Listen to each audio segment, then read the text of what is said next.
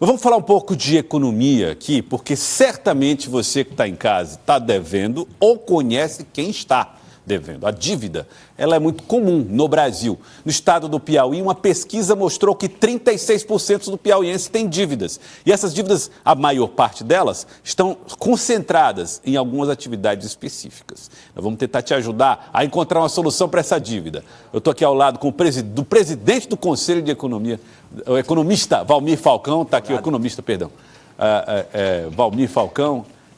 Muito obrigado pela participação aqui com a gente no Jornal do Piauí. Aliás, quero começar fazendo essa pergunta. O senhor é economista e advogado, trata desses assuntos todos aí que envolvem esses valores. Advogado tributarista. Muito obrigado pela sua participação, obrigado por aceitar o nosso convite. Quero chamar a sua atenção, doutor, para os números aqui, ó. Esses números são do Serasa e mostram a seguinte situação.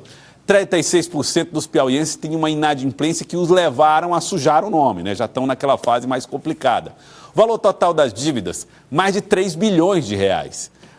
161 contratos, né, já estão aí nessa condição mais complexa. E aí o ticket médio, que seria a quantidade do que se deve pela quantidade de devedores, né, uma divisão que dá uma média da dívida dos devedores, dá aí R$ 4.295. Esses são os números aí do próprio Serasa. Temos mais informações na tela para a gente já trazer aqui, ó, as principais dívidas.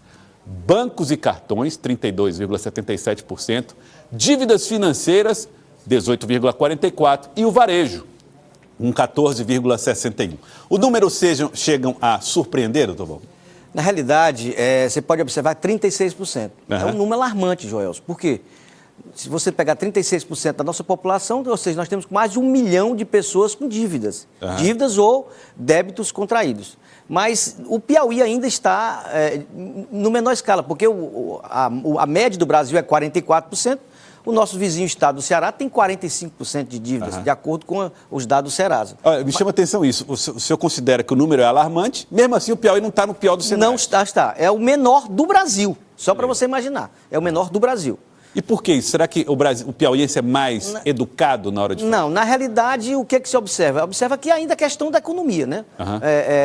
O que observa que, na realidade, que observamos que já chegamos a quase 1 milhão de pessoas inadimplentes. Primeiro é a questão do consumo, né? O nosso poder de consumo é pequeno. E segundo, também a questão da falta da educação financeira. Nós precisamos ter um planejamento financeiro de acordo com as dívidas.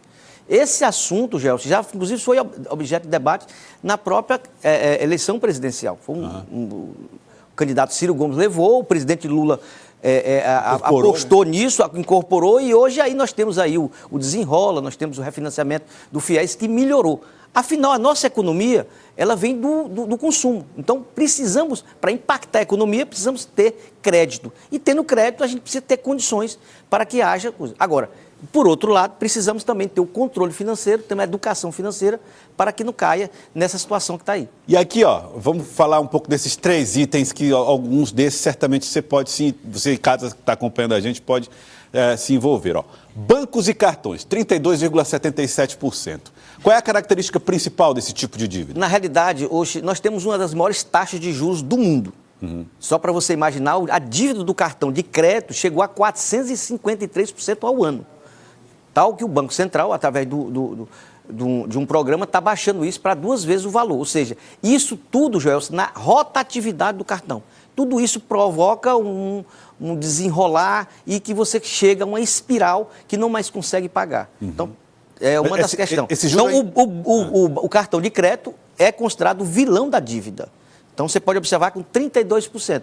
Precisamos que o contribuinte, né, o consumidor, busque, né, a realidade, o seu cartão, faça uma renegociação e busque fazer um parcelamento de acordo com o seu orçamento. Essa renegociação eu faço com o banco? Vou lá no banco? Você pode fazer com o banco, né, com o próprio banco, e hoje o banco você pode fazer a sua, inclusive, portabilidade, procurar um banco que você tenha mais condições de busca, de conciliação, faça essa portabilidade e você procure o banco e aí você faz uma renegociação de acordo com a sua capacidade de pagamento. Como é a portabilidade? A portabilidade é você ter uma dívida, um cartão de crédito vinculado a uma instituição financeira, você pode pegar aquela dívida e pode ir para outra instituição financeira que é obrigado o banco a fazer a portabilidade. Olha, interessante. Financeiras, dívidas de empréstimo. A mesma situação. Aham. É a mesma situação. Às vezes você não tem um controle financeiro e você vai fazer digamos, um financiamento para fazer alguma compra de um veículo, de algum bem